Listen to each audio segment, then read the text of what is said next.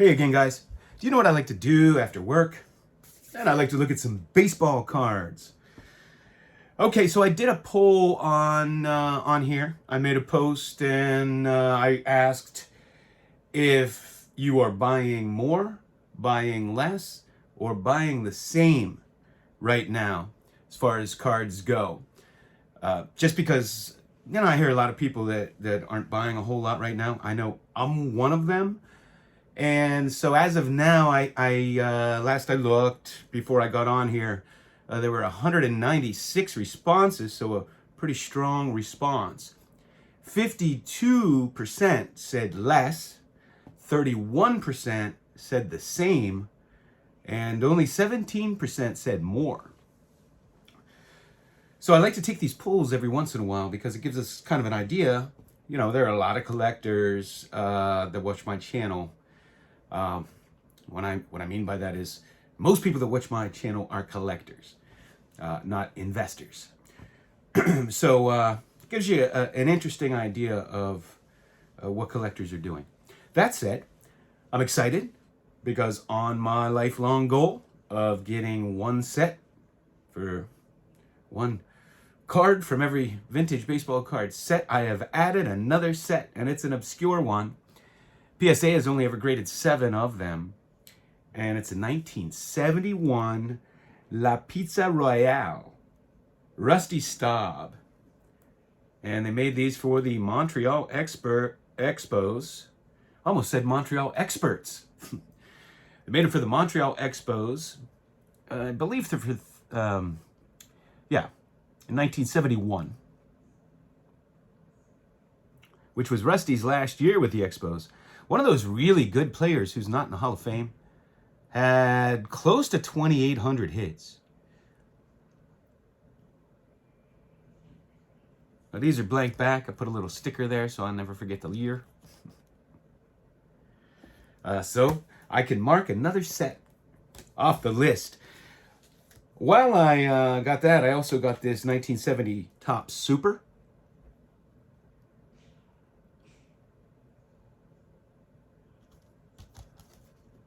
You can always tell these quickly whether they're a 70 or 71 because they have the same backs as the regular Topps cards. Sure, most of you know that.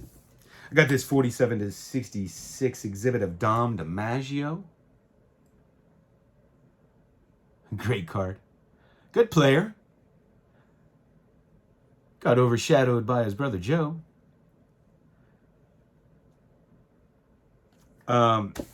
And I wanted to bring up, and I just learned this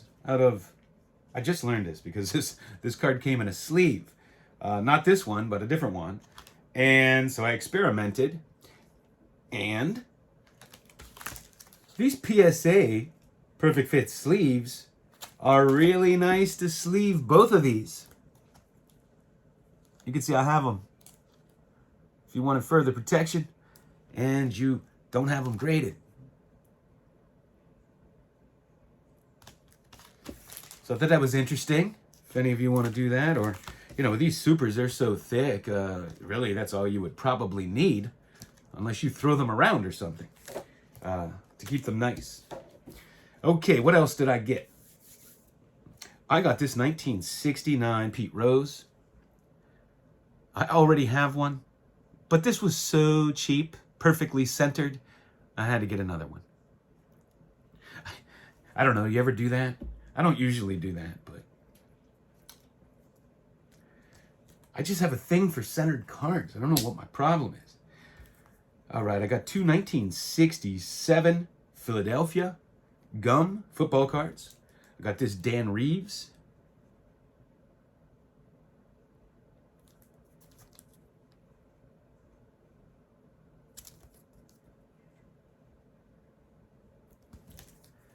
And Chris Hamburger, good linebacker. And this is a cool looking card.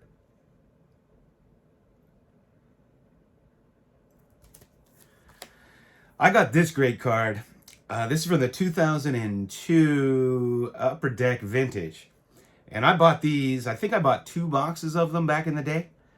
And I put the whole set together. and just will add to, you know, the jersey cards when I can. This set in particular has a really cool error card, and I have it in the display, and it's too much of a pain to take down and put back. But it is it's a National League home run leaders card that features Barry Bonds, Sammy Sosa, and Luis Gonzalez, and it mistakenly says that it's the American League, and it also leaves their names off, or the names of their team. There's some lettering missing, and it was corrected. But I pulled that from a pack. I remember how cool I thought that was back in the day. I always kept it special. So I have the complete set. So I got this jersey card. This is fantastic. It's Raleigh Fingers, Catfish Hunter, and Reggie Jackson, all with the A's.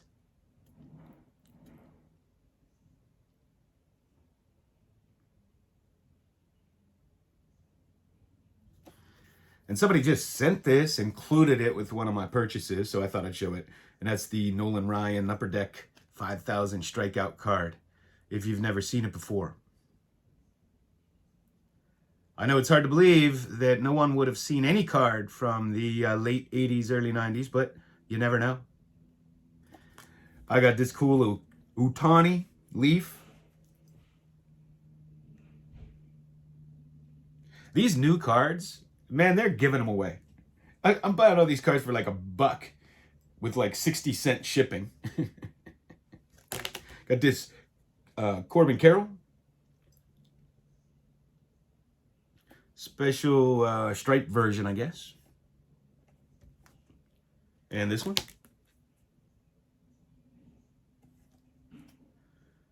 And this Garrett Cole number to 175 Prism. And I won that for, I think, 99 cents and something like 62 cents, 63 cents shipping. Number to 175. Man, I love this market. This is a Acuna from the National. You can see the little National emblem up there.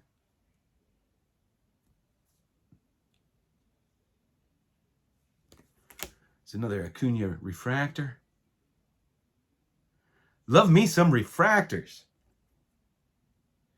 And this Mojo. Been picking up a bunch of Mojos from this set. So we have a sepia-toned Mookie Betts. There's a Mookie Betts refractor.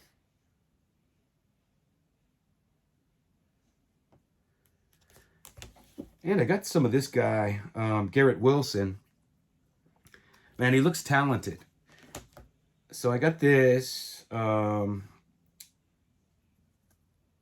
this one here from Illusions, and I've been working on this set and picking up cards. And do you know that, and I rarely ever get a pull like this, but I pulled a autographed redemption card of his. And at the time I pulled it, I didn't know who he was. I wasn't excited about it. But after seeing him play and, you know, thinking highly of him, I'm like, I think that's the redemption card I had. I go running into my box. You ever do this? Like after the fact? That's part of the fun of the rookie card thing.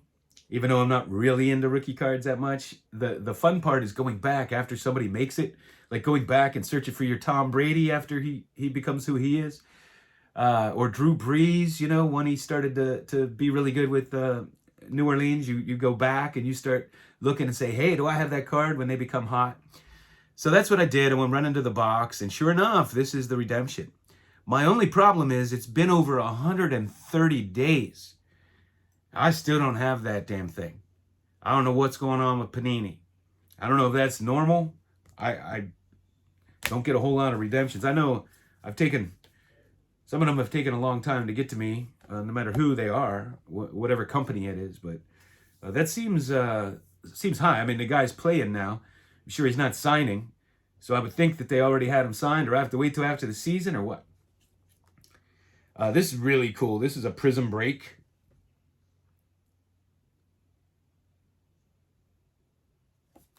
Got a mosaic here. Another mosaic. Another mosaic. Donruss. And I got me some Topps Now cards. Let's see. Here's Gunnar Henderson. And he broke Cal Ripken's rookie runs record for the Orioles.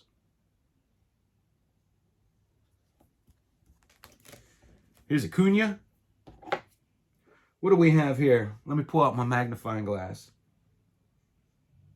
My problem isn't reading. My problem is the lighting's terrible.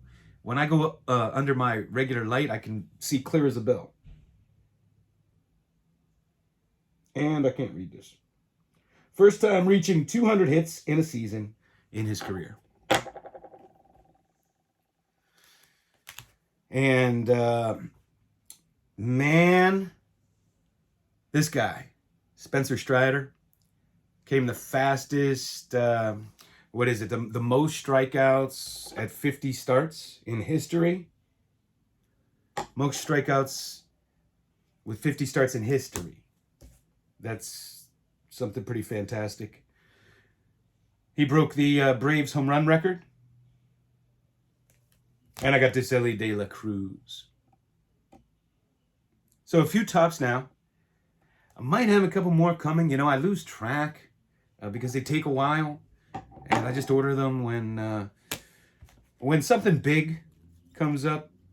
You know, I don't get them for, I don't know, it'll be like the fourth player in history to do something, or, you know, this year, all the stolen bases, you know, there's so many players like the, you know, the first guy with 40 steals and 40 home runs, or 20 steals and 20 home, or whatever. It's like, when they made the bases bigger, didn't they expect, you know, obviously they expected these steals. So those records to me are not as special as they used to be. But hey, that's just me. What do I know? All right. That's what I have for you. Thanks for watching.